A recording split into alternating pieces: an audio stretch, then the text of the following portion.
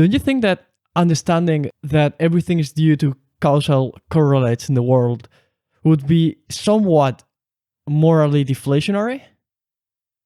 No, I think that it's morally revelatory. It's only morally deflationary if you understand ethics in what I'm going to call a broadly Christian way.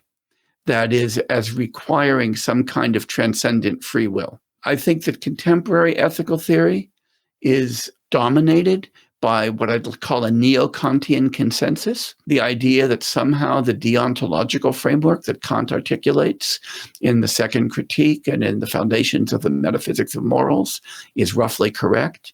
We see that articulated through the work of people like John Rawls and Jürgen Habermas in the 20th century, through people like Christina Korsgaard, Philip Pettit, many of the people who are leaders in ethical theory now.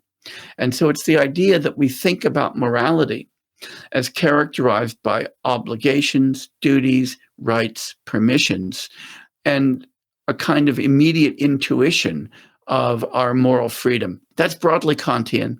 And of course, Kant is, as Schopenhauer pointed out, specifically Lutheran. And so what we've got is this Lutheran idea that we've got a direct line to God in our moral conscience, and God imposes certain obligations on us, gives us certain rights and responsibilities, and those constitute morality. Now, if we decide that we want that kind of theistic, deontological understanding of our moral lives, well, then you kind of have to accept a kind of transcendent Augustinian, Kantian sense of freedom, or morality won't make any sense.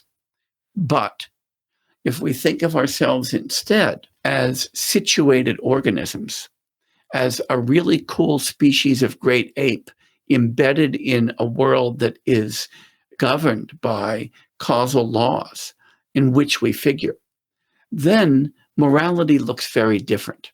Morality then looks like the careful cultivation of sets of character traits that make us more salutary contributors to the world in which we live.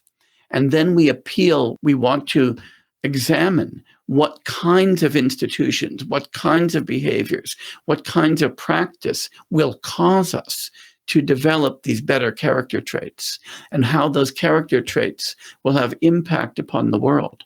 So we think causally, we think scientifically, we think developmentally about what our moral lives are.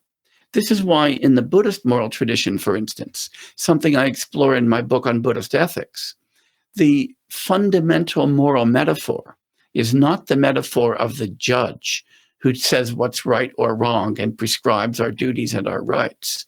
That's the kind of Kantian perspective. Rather, it's the metaphor of a path. So it's a path from imperfection to perfection. And we think of ethics as being not about what we ought to do, but what the next step is on the path that we want to follow. And I think that's a much more rational way to think about our ethical lives than the kind of neo-Kantian Lutheran way. I would say that wisdom is about knowing the long-term consequences of our acts. That's right. And morality, by definition, in accordance to this term, to this other definition I gave, must also be the application of wisdom to our acts. That's absolutely right. That's absolutely right. As I sometimes put it, this approach to ethics is about leading a virtuoso life, not a virtuous life. It's about acquiring extraordinary moral skill, which includes perceptual skill, as well as skill in action. So much of moral cultivation, when you start looking at it this way, involves the cultivation of our perception of others and our perception of our own actions and of the context that makes those possible.